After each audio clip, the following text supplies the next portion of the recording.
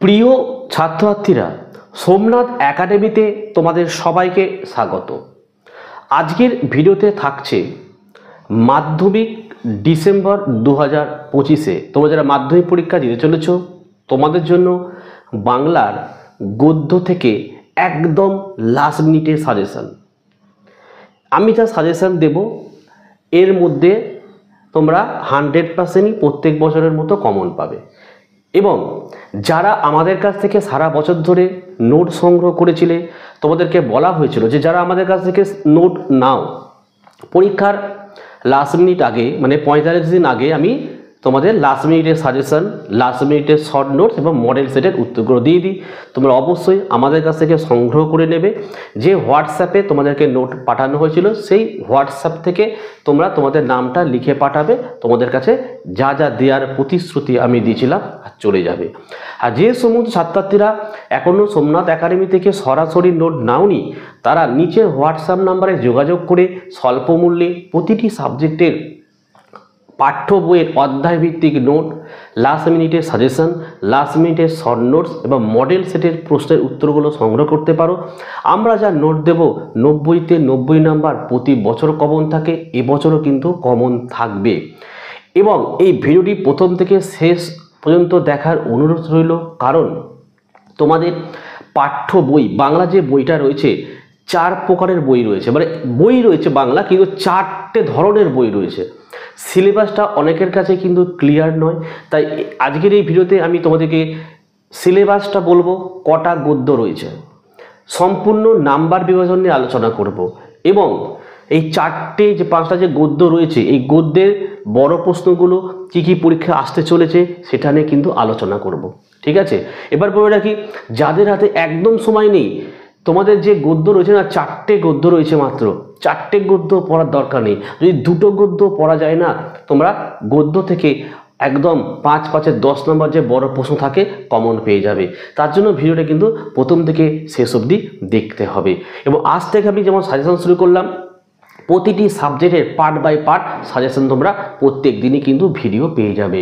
তাই যারা চ্যানেলে নতুন, চ্যানেলটা কিন্তু অবশ্যই সাবস্ক্রাইব করো এবং পাশে থাকা বেল আইকন প্রেস করে অল নোটিফিকেশনটাকে অন করে দাও, যাতে আমি যখনই কোনো ভিডিও আপলোড করব সবার প্রথম যেন তোমাদের কাছে পৌঁছে যায়। তো চলো আমরা সাজেশনটি শুরু করি। রবীন্দ্র মুক্ত বিদ্যালয় মাধ্যমিক 2025 ডিসেম্বর বাংলা সাজেশন নম্বর রিভিশনটা আমরা প্রথমে দেখে নেব এবং এটা কিন্তু নতুন সিলেবাসের। ঠিক আছে, তোমাদের দেখো 90 নম্বরের পরীক্ষা হয়। দেখো এমসিকিউ, দেখো 1 নম্বরে 15টা এমসিকিউ আসবে এবং এসিকিউ হচ্ছে 1 নম্বরে 10টা। ওকে, 5 মার্কের টোটাল তোমাদের 5 7 35, হ্যাঁ 7টা প্রশ্ন তোমাদের 5 নম্বরে লিখতে হয়। সেটা 2টো গদ্য থেকে, 2টো পদ্য থেকে, ঠিক আছে, তোমাদের নাটক থেকে, ঠিক আছে। আর 2 মার্কের দেখো 5টা লিখতে হবে, 5 দুগুণে 10। 5 মার্কের আরও 2টো লিখতে হয়, 5 দুগুণে 10। আর 10 মার্কের 10 দাগের একটি 10, অর্থাৎ প্রবন্ধ রচনা লিখতে হবে। এটা হচ্ছে আমাদের হোয়াটসঅ্যাপ নাম্বার, যাদের নোটের প্রয়োজন এখানে আমাদের সাথে কন্ট্যাক্ট করে নিতে পারো। তো দেখো তোমাদের যে বইগুলো রয়েছে না, সেই বইয়ে দেখবে অনেকের বইতে সঠিক সিলেবাস, আবার ম্যাক্সিমাম কিন্তু সঠিক সিলেবাস নেই। তোমাদের টোটাল গদ্য, আজকে আমি গদ্য নিয়ে আলোচনা করব, 4খানা গদ্য পরীক্ষায় রয়েছে। আর বাকি যে গদ্যগুলো রয়েছে সমস্ত কিন্তু বাদ রয়েছে। তোমরা কদিন আগে জুন মাসের যে পরীক্ষা হলো তোমরা দেখে নিতে পারো ওখানে। ঠিক আছে, তোমাদের সিলেবাস বলতে গেলে গল্প বা গদ্য থেকে আছে মহেশ রয়েছে, আচ্ছা, আর রয়েছে ভারতবর্ষ, জলসত্র আর দুধের দাম। ব্যাস, এই 4টে গদ্য তোমাদের পরীক্ষায় কিন্তু রয়েছে, আর কোনো গদ্য নেই, বাকি সব কিন্তু বাদ।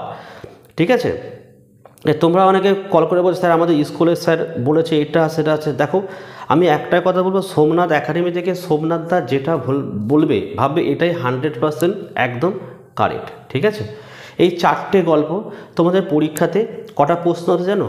গল্প থেকে 2টো 5 নম্বরে লিখতে হয়, হ্যাঁ 5 দুগুণে 10 নম্বর। এর জন্য 4টে গদ্য পড়ার দরকার নেই।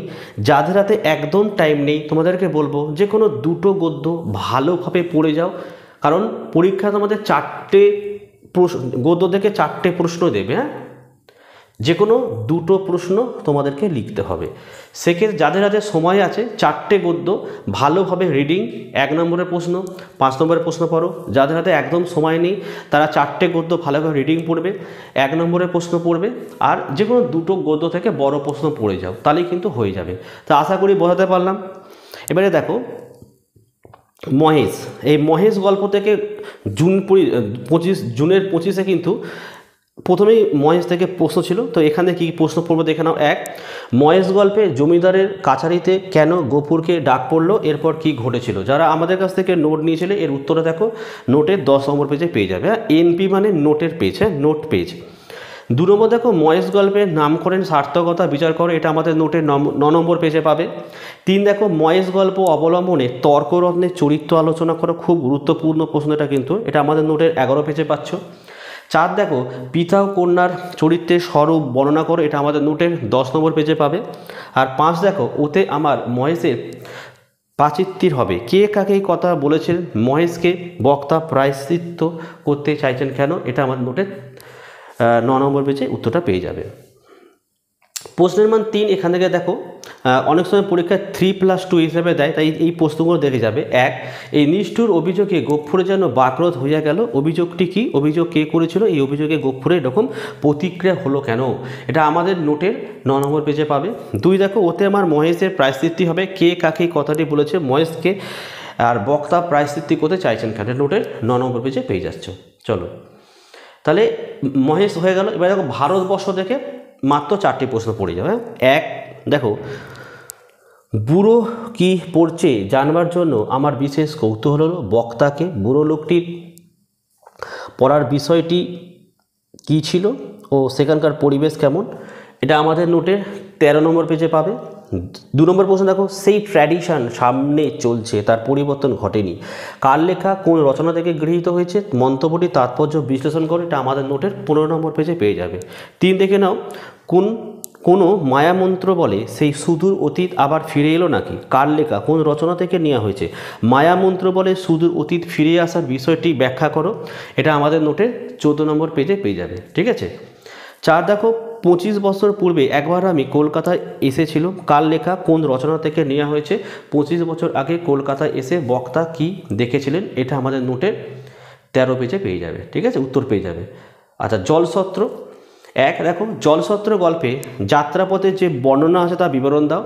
2 জাতপাতের কুসংস্কারের তুলনায় জীবন যে বড় তা জলছত্র গল্পে কীভাবে তুলে ধরা হয়েছে তা বর্ণনা করো, এটা আমাদের নোটের 18 পেজে পাবে। 3 দেখো সেই থেকে এই মাঠটার নাম হলো কচু চুষির মাঠ, মাঠটির এরূপ নাম হবার কারণ কি, এই মাঠ দিয়ে চলতে গিয়ে শিরোমণি মহাশয়ের অবস্থা কীরকম হয়েছিল, এটা আমাদের নোটের 18 নম্বর পেজের উত্তর পেয়ে যাবে। 4 দেখো বটতলায় পৌঁছে দেখলেন একটি জলছত্র, জলছত্র কি, কোথায় কাদের জলছত্র দেখলেন, জলছত্রের বর্ণনা দাও, নোটের 17 নম্বর পেজে পেয়ে যাবে। চলো দুধের দাম গল্প দেখে নাও, এখান থেকে এই 5টি প্রশ্ন পড়তে হবে। দেখে নাও। 1 দুধের দাম গল্পে বৃদ্ধার চরিত্র আলোচনা করো, আমাদের নোটের 28 নম্বর পেজের উত্তর পাবে। 2 দেখো দুধের দাম গল্পে সমাজের যে ছবি ফুটে উঠেছে তা আলোচনা করো। 3 তুমি আমার ছেলে বাবা, ছেলের কাজ করেছ, কে কাকে এ কথা বলেছেন, উদ্দিষ্ট ব্যক্তি কি করেছিল যার জন্য এ কথা বলা হয়েছে।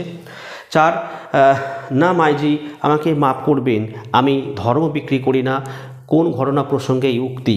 5 আমি তো তোমাকে দুধ খাওয়াইনি, সামান্য যা দিচ্ছি তা দুধের দাম মনে করেই নাও বাবা, এই কথাগুলির মধ্য দিয়ে বক্তা কি বোঝাতে চেয়েছেন, এটা আমাদের নোটে 26 নম্বর পেজে পেয়ে যাবে। এই হচ্ছে তোমাদের টোটাল 4খানা গল্প বা গদ্য, আর বাকি যেগুলো আছে না তোমাদের বইতে সব বাদ, এইটা যে সম্পূর্ণ এটাই যে নিউ সিলেবাস। ঠিক আছে, এই 4টি গদ্য যারা ভালো রেজাল্ট করতে চাও 4টি গদ্য ভালো করে পড়বে, 1 নম্বরে এবং 5 নম্বরের প্রশ্ন যা যা দিলাম পড়ে যাও। যাদের হাতে একদম সময় কম 4টি গদ্য রিডিং মারবে ভালোভাবে, 1 নম্বরের প্রশ্ন পড়বে এবং 4টের মধ্যে যে কোনো 2টো গল্প ভালোভাবে পড়ে যাও, আমি যে প্রশ্নগুলো দিয়ে দিয়েছি। ওকে, তাহলে 2টো গল্প থেকে পড়ার দরকার নেই, কারণ বুঝতেই পারছো 4টে গদ্য পরীক্ষায় 4টে প্রশ্নই আসবে, 4টে গদ্য থেকে একটা একটা করে যে কোনো 2টো লিখতে হবে। তাহলে যাদের হাতে সময় নেই 4টে গল্প থেকে বড় প্রশ্ন পড়ার দরকার নেই, যে কোনো 2টো গল্প থেকে বড় প্রশ্ন পড়লেই কিন্তু হয়ে যাবে। আশা করি তোমাদেরকে আমি বোঝাতে পেরেছি।